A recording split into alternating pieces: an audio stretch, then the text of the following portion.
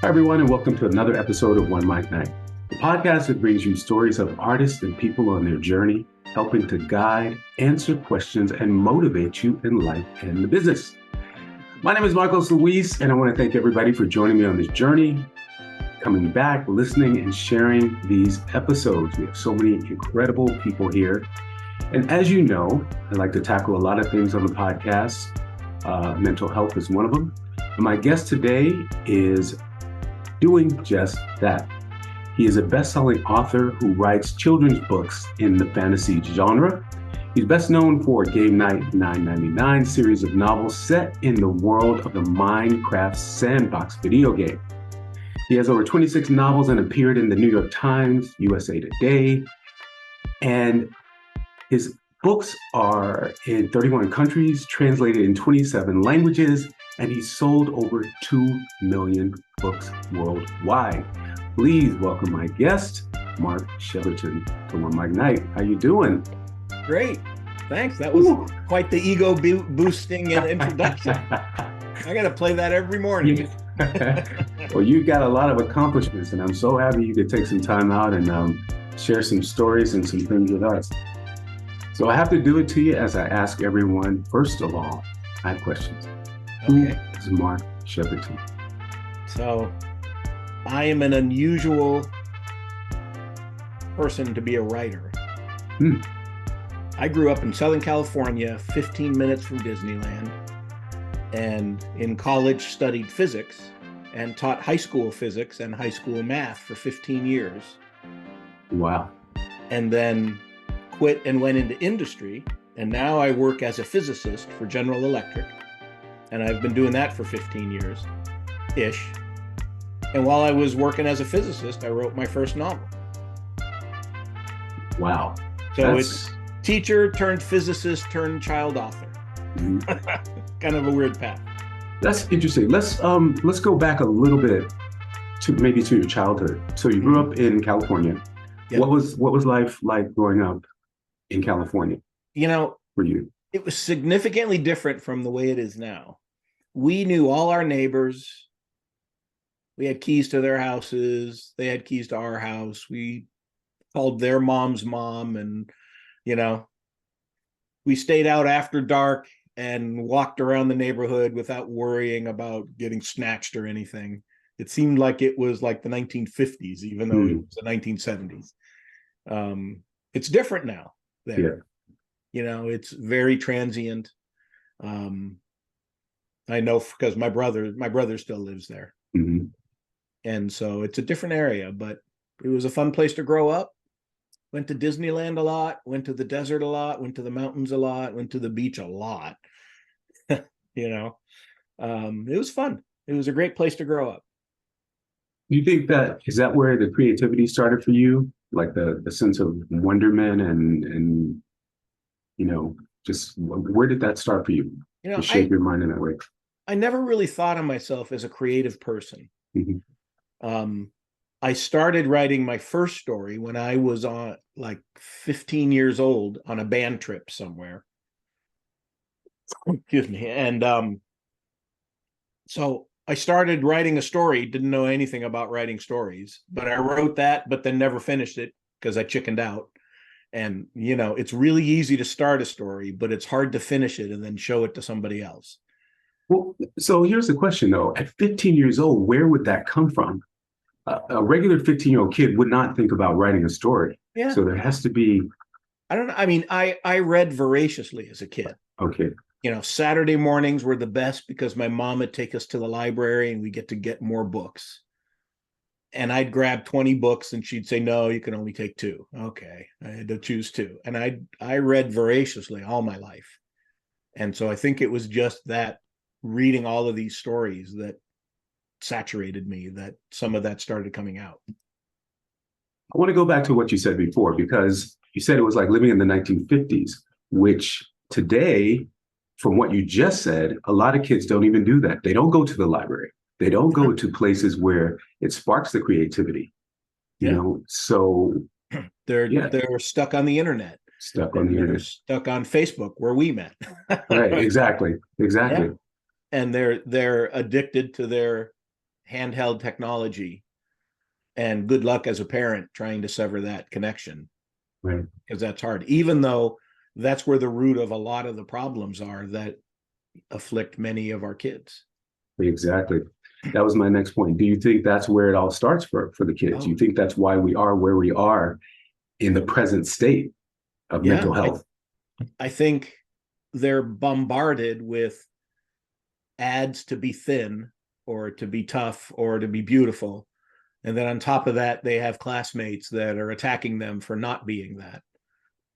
And I don't know how a kid has any self-esteem in this environment.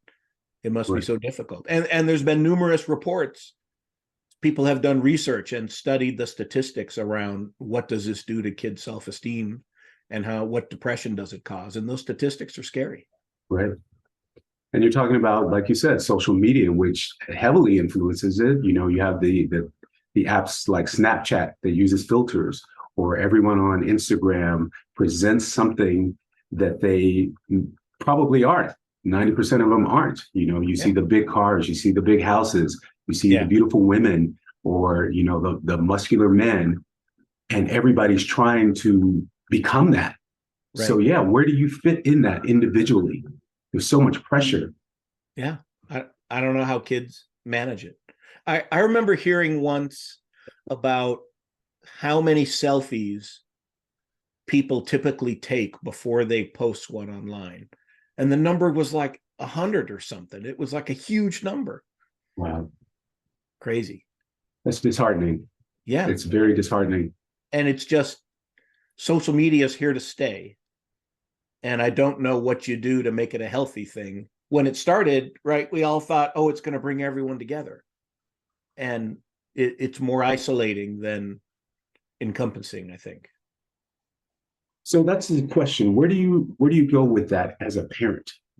You know, and when you have a child that you bring into the world, and you want to, what's your role as a parent? What do you want to do for the child? Yeah, I mean, you want to try to put up guardrails and say, you know, only 2 hours a day, only 3 hours a day. But for our son, he did a lot of socializing online with friends that he met through playing Minecraft. And we wanted him to socialize with those friends. He's an introvert like me. I never had a lot of friends. He doesn't have a lot of friends. We wanted him to interact with kids. But you got to put the brakes on it somehow and say, you got to go out and play. But for us, when I was a kid, you go out and play, and there's kids out there already playing. In our neighborhood here, we don't see that. And there's kids here, but they're inside. Unfortunately. Inside on the computer or inside. Yeah, doing something. Doing something. Yeah, but it's funny because you think about, you know, the stereotypical 1950s Americana image of a neighborhood. You got kids running around and parents are out talking to each other and stuff. And those kind of spaces don't really happen anymore. They don't. And I can say, you know, I was born in the South. I was born in Nashville, lived there for, you know, a few years. And that was typically what you did. Your kids were on the street. You knew the neighbors. If you were doing something bad, the neighbors had the permission to correct you.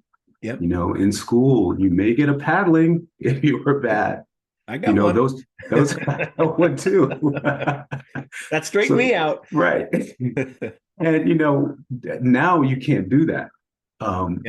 You know, whether or not that helped you as a child growing up, we don't know, but we do know that it takes a village to raise a child and to create an atmosphere where the child is thriving and healthy and, you know, part of a working society. Yeah. Right. And that village doesn't seem to be here. It doesn't. Yeah. So let's talk about your book. You have a new book out. This is your 27th book. What's it called? And tell us a little bit about that. It's called Facing the Beast Within, the Anxiety of Cameron Poole. And I wrote this because in second grade, my son started showing signs of anxiety. And he'd, you know, feel sick in the morning, and he had a headache, and he was really tired. And, you know, to me, that was the moves in my playbook when I didn't want to go to school. And I was spinning those for my mom, trying to get a day off, and it never worked. I don't know why I always tried them. So I thought he just didn't want to go to school. And So we said, come on, you're not sick. Let's go. And we take him to school. And gradually he became more and more upset until there were tears, a lot of tears. And we learned that he had anxiety and his body was manifesting these symptoms because it was afraid to go to school for some reason. We never could figure out why. And so when he was in 7th grade, we had to finally take him out of school. It became so severe. The drugs they wanted to put him on were so strong that they were mood altering things that you give a psychotic patient. And we said, yeah, we're putting the brakes on that. Yeah. And because when he didn't go to school, he didn't have anxiety. And so we pulled him out. I was working at GE at the time as a physicist. I quit my job and I stayed home. We enrolled him in an online school.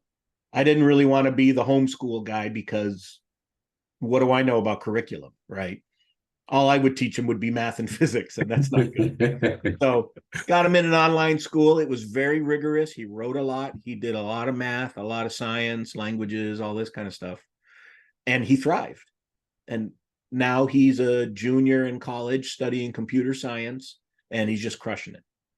And we don't see anxiety at all.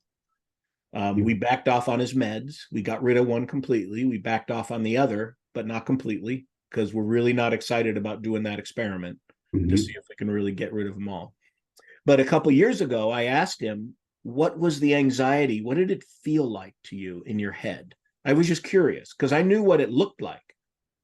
You know, he'd be crying, he'd be upset, he could barely stand. It was just awful to watch. I felt like such a failure as a parent because I couldn't protect him from this. And parents don't talk about that with kids with anxiety, but you feel like a failure. Yeah. And other people feel the same way, and you need to know you're not alone. But he told me about the feeling of hopelessness and the overwhelming, crushing sense of dread for him going into school. He felt all these fears and he thought, it's never going to stop. How am I going to survive this? This is impossible. So for him, was it a general fear, or was it fear of people, fear of the pressure of not being successful or not living up to? We asked him many times, and the only thing he could verbalize when he was younger was, I get upset because I'm afraid I'm going to get upset. And so this is referred to as a thought loop in psychology, that you're afraid you're going to get afraid, and so therefore you get afraid, right? Right. How do you crack that nut, right? I mean, it's self-propagating, and it's probably impossible to overcome until they realize the fears are a lie. They're not real. But until you can intellectualize that, it's tough to combat this. Right. So he felt like that. And so when he told me what it felt like for him with these devastating panic attacks, I realized I needed to write this down and put it in a book and share other people, because for us, my son was the only kid who I knew who was anxious. We weren't around other people. You know, we saw therapists and there were other people in the waiting room, but who knows what they were for. You know, we kind of felt alone in this battle. And so I thought, I want to share this so other kids know they're not alone. So who was the book written for? Did you write it for kids? Did you write it for parents? Is it something that everyone can read? I originally wrote it for the age group that I write in is referred to as middle grade, and that's ages 7 to 13 or so. And so that's kind of my audience. And so I wrote it for those kids. And I love fantasy novels. And so I wrote this fantasy novel of a group of kids who have to stop monsters from another world from invading the earth. And so it's kind of like, I don't know if you remember the movie Gremlins from long ago. Sure. It's like Gremlins meets Stranger Things is what it's like. And so it's a fun action adventure fantasy story. But I gave the main character my son's anxiety symptoms, which I knew a lot about. And after I'd written it, I gave it to a team of child psychologists, and they read through it and loved it. But then they started adding more anxiety coping strategies to it, because we really used one, and that was we would try to distract him with music, with audiobooks, with stories, with whatever. So he wouldn't focus on the fear. It didn't work very well. Right. And so they added all these different anxiety coping strategies to it. They added terminologies that are used to talk about anxiety and these coping strategies. And I wove all of those into the story. So interesting. I was just going to say, did you put it in the story so this middle range readers could understand? Yeah. And it wasn't like, I can't tell you how many books we read on anxiety and how to help your kid. And they're very technical and they're very dry and they seem unrealistic when you're reading them because you know how much your child is suffering. And so instead of making it an info dump, it was the kid remembering what his therapist, I refer to her as Dr. Jen, he would remember teachings that she said, and he would try these techniques and he would try the breathing exercises and try to use them to control his anxiety so he can defeat the monsters. Really? I love that. But then kids that are in therapy are going to read this book and they're going to hear the same thing in the book that their therapist is saying to them. It's going to be echoed to them and reinforced. Exactly. And that's what you need. And it's being reinforced in a non-threatening way because, my son never had terribly close relationships with his therapists. But I'm hoping that kids read this book and really like the main character, Cameron, and are really rooting for him. And they're going to see those strategies that he uses and eventually is successful. I hope that encourages kids to try them. I'm sure it will. And I think you've hit some of the target things here. How did you get kids don't normally have those tight relationships with their therapist. What was that like navigating it with your son, first of all? Yeah, well, it was, they're all very nice and they're very skilled, but the typical session would be we'd sit there for 15 minutes or so, and then I'd leave the room and they'd stay with the therapist and do stuff. So some with family and then some alone. Yeah. Sometimes it was they'd play a game and talk. Sometimes, well, I mean, I don't know. I knew he played a lot of Uno, but they would do different things and talk, and they would try to, I assume, explain why the anxieties it isn't real. So as a way to ease the conversation, you would have an activity that you would do. But I wasn't in there for these. Right. So I didn't really hear any of this. And I didn't hear the anxiety coping strategies being taught. So all I knew was what we had tried. And so as a parent, I would have loved this book because I would have seen these coping strategies and I'd be like, oh, breathing exercises. I get it now. I can talk with my son about this when he's having troubles. Right. And so it's going to be a teaching tool for parents as well. This is great. I love this. It's because, first of all, you said it yourself. How are you feeling as a parent when you know that your child has a problem? Because we as parents want to protect, want to guide, our kids in the best way possible. Yep. And the feeling that you have when you can't do that must be enormous. Yeah, it's terrible. So what did you do for yourself? How did you as a parent, how were you able to? I didn't really do anything to cope with it because I'm trying to work and take care of my family financially.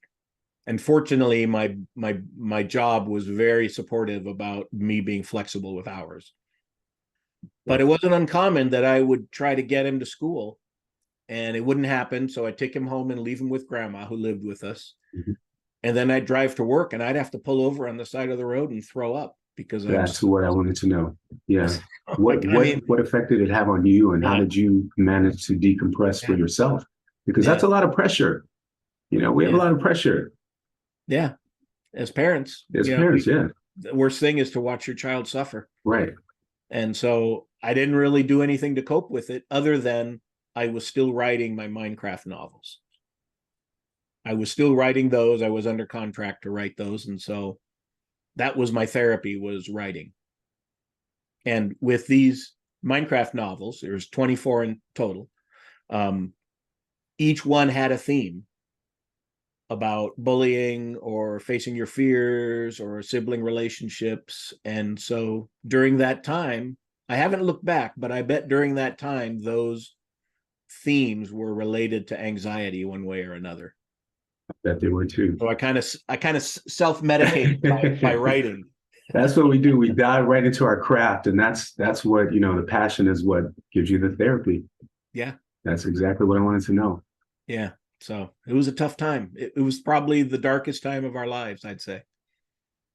You feel like you see the light now? Is it? Oh, yeah. He goes to, he's in college. The first day of college was scary, let me tell you, because we didn't know what was going to happen. And we didn't want to drug him up again. Right. And fortunately, so my wife works at the college where he goes, which means free tuition, which is we like that. Right? Definitely like that. But she's been taking him there with him to work since he was 4. And so this was not a new place. This was not a scary place. He knew that place inside out. Beautiful. And I think by sheer accident, though I'm going to claim it was my brilliant thinking, but it was sheer accident that this made the transition easy for him. And so he went to class and he went in with her and he walked off to the first class and not a peep. Love it. It was like a miracle. Welcome to the comfort zone. Yeah, right? No lie, right? No lie. So yeah, so that worked out great, and he's still been doing it, and he's crushing it, and it's been a fantastic experience for him. I love it. So it's surprising that we were at such a dark place in this dark tunnel, and we didn't see the light at the end of the tunnel, and we were being told, you're not going to go to college. He's going to live in your basement for the rest of your life. And, we were being given dark predictions by therapists about how he's going to end up. How do you make the choice as a parent to, like you said, take him off the drugs that they recommend, or decide not to do it? You choose not to do it. Yeah, well, I'm sure I'm going to get a tremendous amount of abuse for putting him on the meds. But that was when we had nothing was working. We went to our pediatrician and said, we got to give him some help because this is just crushing him. And the thing with meds is, so you start on your first med and you start at the lowest dose. And then if that doesn't do it, you increase the dose a little, but you got to wait for like a month or 2. Right. Because these meds are altering brain chemistry. Right. And that's a slow process. And so you slowly ramp up in meds until you get to the top and you go, oh, it's not working. Okay, now we got to slowly ramp down. And well, now 6 or 7 months have gone by and he's had no relief. Then you try the next one.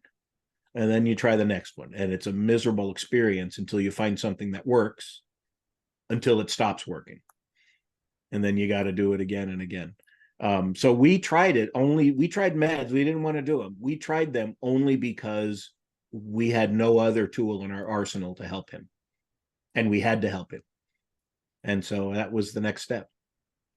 And I think that's an important thing. You just said 2 things. As a parent, it's important, because you have to guide your child. Yep. But also, people don't realize there is a waiting time in between. You don't know if this med is going to work. Yeah. You have to, like you said, you ramp up. It's maybe 6 months, and then you got to take them back down, and then you try another one, and it's the same thing. So there's a long process to find out what is going to help, and then maybe it doesn't help. So you have to make a choice to take them off and try alternative. Maybe it's art therapy, maybe it's music therapy, maybe it's some other thing, daily yoga and whatever. Right. But it's you have to make different choices in the whole process. And you got to keep trying something, because one of the lines I put in one of my books, which is probably from this experience, is if you give up, you guarantee the outcome. Mm. Right? Yes. And so Yes. you can't give up. You got to keep trying something else. Hey, man, that's with everything in life, Yeah. especially that. So it was impossible for us to guarantee the outcome and leave him suffering. So we kept trying everything we could. Wow. And but the irony of that is, what was our solution? We gave up. Right? We gave up on school. Right. And I was fortunate enough that I could leave my job, because a lot of families can't do that. Exactly. But I was fortunate enough that I had these books out and I had enough income that we could survive without my engineering job. And we were able to survive. We basically gave up. What would you say to people who probably aren't in that position? Do you have any advice or any routes that they could possibly take? I mean, I know it's not your personal journey, but do you have any You just got insight to from the keep inside? trying something. And I wish we had found a group of people who were having similar struggles, because we felt very alone. Yes. And, I couldn't imagine taking our son into a group therapy thing, because I think that would have been a disaster, because he would have never spoke. But if there'd been some mechanism other than a Facebook group, right? A Facebook group is great, but you're still isolated and separate. Right. And if there was a local thing, that would have been fantastic. And we didn't think to look for it at the time, because we were struggling just to keep our head above water. Right. But that would have been helpful, I think. Yeah, I think that touches on a couple of things too. Like we said, people who aren't fortunate enough to take time off of work struggle with that. I've had mental health issues, family members, and we had challenges. We had challenges. My mother had, a challenge to get my niece through school, but every day, she's capable of doing the work, just doesn't learn the same way that you learn. Right. So you struggle to find the best school, or maybe the teacher or someone who can help you. And it's a struggle. And It's a real struggle. unfortunately, the schools aren't set up to deal with that, They're not. because they see, like many see, anxiety as a behavior, and they see it as a kid who's not behaving properly, or maybe this is a parenting problem or something, and they think the kid's working the parents to get out of school or something, and they don't see it as, this isn't a choice. Right.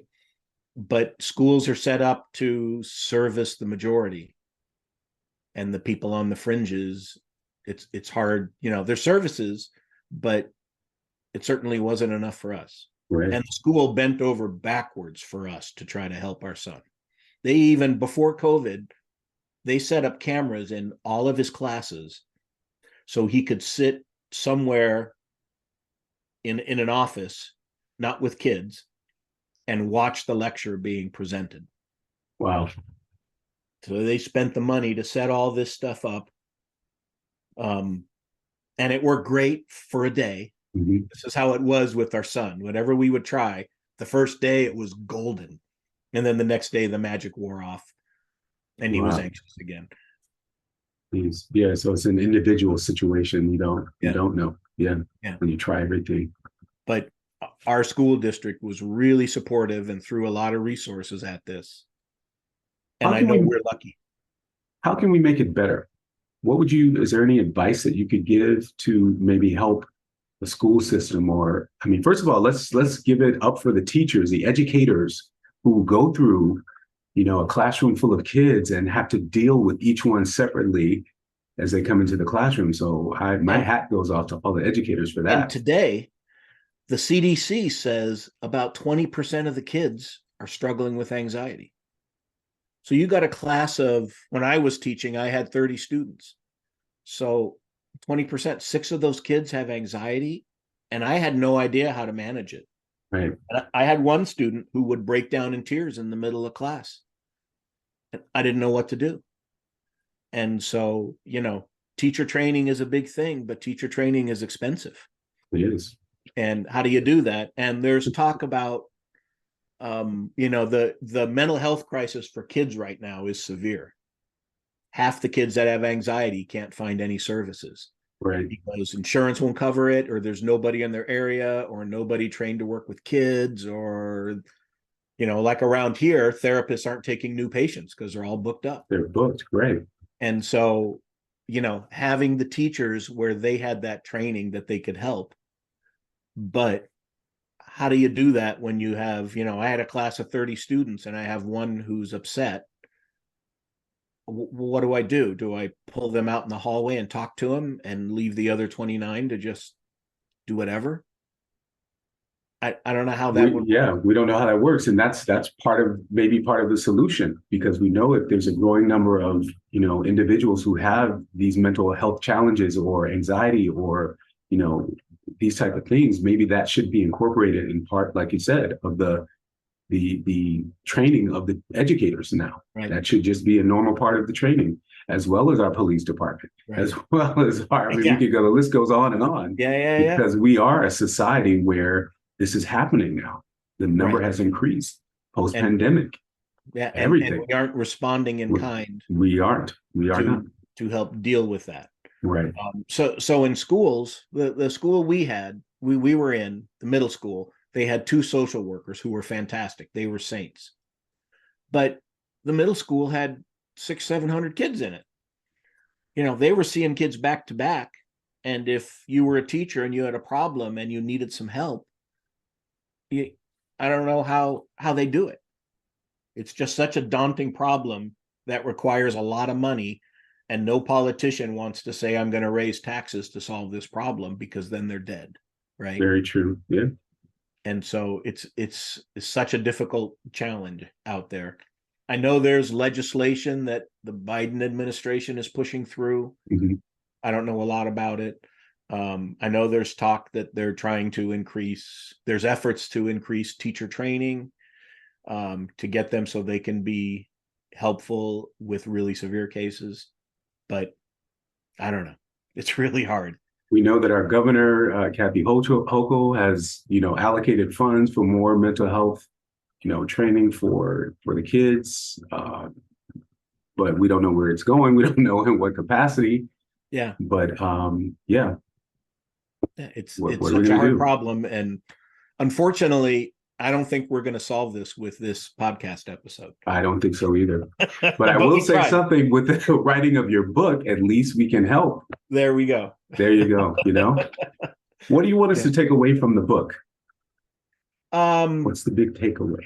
I guess the big takeaway for me is there's different ways to help kids other than a therapist or drugs. I think this book is going to help people have difficult discussions with their kids. Like when my son would have these panic attacks and couldn't go to school, I'd want to work with him and see it as a teachable moment and talk to him and say, what was wrong? Why couldn't you make it? Blah, blah, blah. And he couldn't talk about it because he would shut down. Mm. And because he didn't want to relive it, he felt like a failure. He actually wants to go to school, but he can't.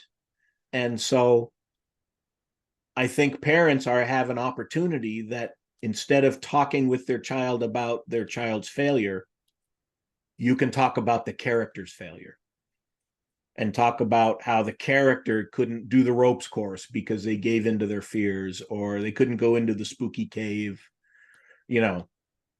That I'm hoping this is really going to open up an avenue of discussion for parents and kids to talk about anxiety in a non-threatening way for the child. Right.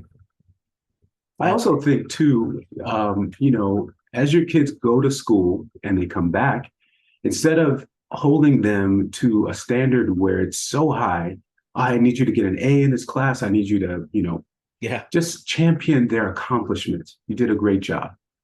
You know what I mean? Like, build the character that way. It doesn't have to be the extreme. I need you to have a 4.0. I need you to, you did a great job. You did the best you can do. Let's do that. You don't have to get into Harvard. You don't. Right? College isn't for everyone. Exactly. Yeah. Champion their accomplishments. When I was teaching high school, I was in a relatively affluent school district, and these kids were going to Columbia and Cornell and, mm-hmm. And I remember one kid feeling crushed because all he could do was get into State University in New York at Buffalo. SUNY Buffalo is a great school. Sure. They have a great PhD program and everything. They're a fantastic place. And this kid felt like a failure because that's the best he could do. And you know that's propagated down through the parents, I'm sure. Of course it is. And there's this unhealthy competition between his classmates. Oh, where are you applying to? What are you getting into? And the pressure there was just unbelievable on these kids. So much pressure. I in turn, I went to a boarding school. Same thing. Everyone went to Brown, Harvard, Princeton, and the pressure. Where are you applying? I was about to lose my mind. I applied to 12 schools, same thing, Brown, Harvard. I knew I wasn't going to get it, but the pressure, it's okay. It's okay. Where's the balance? Imagine that. Where's the balance?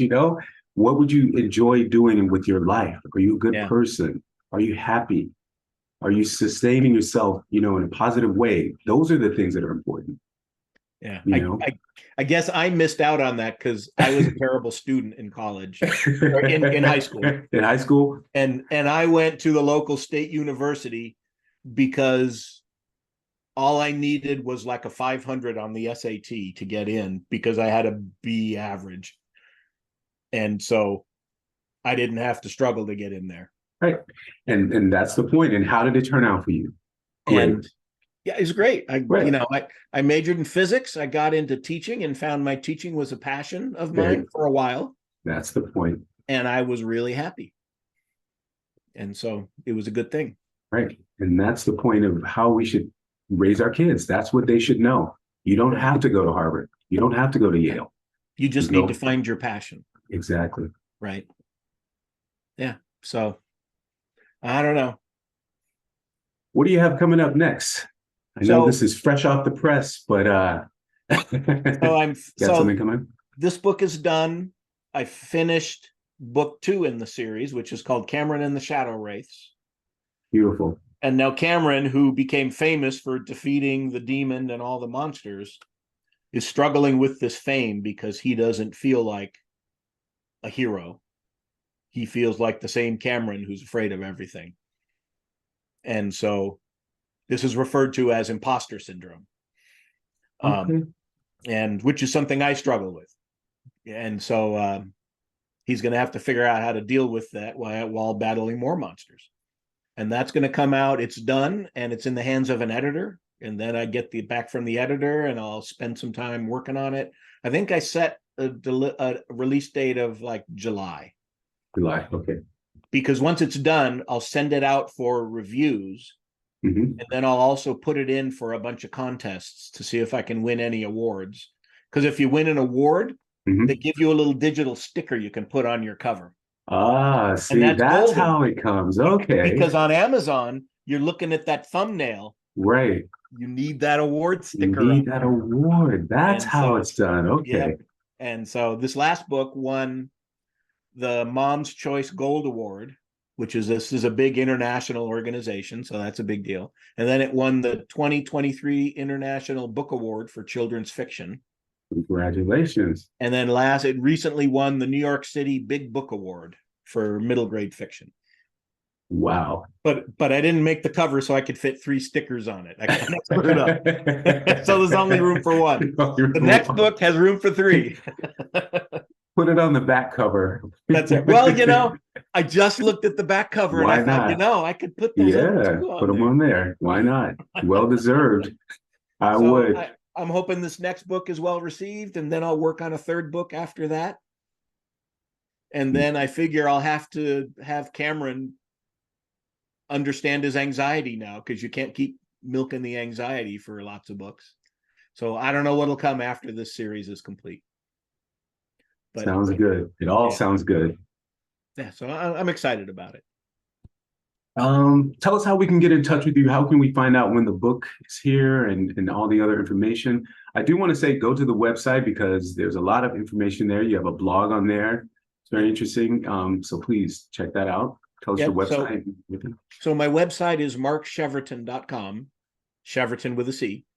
And on there, anybody who has kids who are Minecraft fanatics, you could go on there and click on the little button that says, I want some books, and they'll be able to download 2 free Minecraft books. Wow. I wrote these for the purposes of getting reluctant readers to read. And they have been remarkably successful at getting boys, 10, 12-year-old boys to read, because at age 10 or so, the literacy rate of boys drops like a rock. Really? Because they're playing sports and they're playing video games and they aren't reading anymore. And that's why when you look in the young adult market, like, what is it? The Katniss Everdeen book, most of the young adult books are a female protagonist because the girls are the ones who keep reading through elementary school and into high school. And so these Minecraft books were really good at getting boys to read. So they can go in there and sign up for my newsletter that talks about when new books are coming out, when new things are coming out. I'll frequently run a contest when I'm writing a book and let fans name something. And so then so I had somebody name the villain in the next book, and then I'll mention them in the acknowledgments, which I think love that. I love that. And so you'll be able to get lots of information about the newsletter. There's also a lot of writing resources there. I don't know if you saw those. Mm-hmm. Yeah, sure did. But when I started writing these Minecraft books, an interesting thing occurred. Kids started sending me their stories. Really? Totally out of the blue. I wish I could say I was brilliant and I caused this to happen. Wow. I think, the big fear about writing, like you got to write an essay about Huck Finn, right? We've all had to do that. Sure. And it's terrifying because we might be wrong. But kids, they aren't wrong about Minecraft. They know that a whole lot better than I do. And since they know they're right about Minecraft, about the game, that takes a lot of the fear away from writing. And so kids start writing their stories and sending to me. I probably have 1,000 stories on my website from kids. Beautiful. And so kids out there that like to write can send me a story about anything they want. It's a safe place.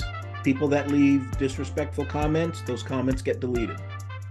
So it's a kid-safe place for kids to send me their creative stories.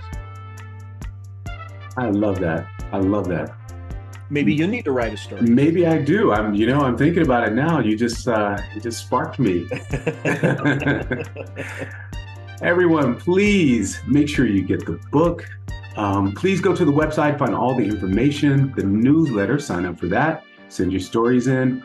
Mark, thank you for being a spark, a beacon of light. Thank you for your contribution to education, getting kids back to reading books.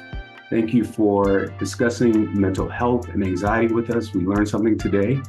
Everyone, please make sure you follow him. I don't know if you want us to follow you on social media as well. Yep, I'm out there on Twitter and Facebook. Follow him on social media as well. Yep. And make sure you share this episode. There's a lesson to be learned here from everyone.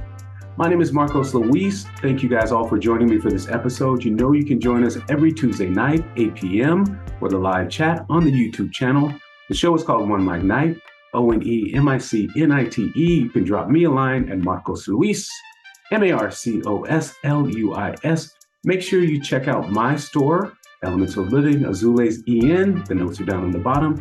Get yourself the merch. We'll see you next time on OneMicNite. Thank you. Bye-bye. Bye.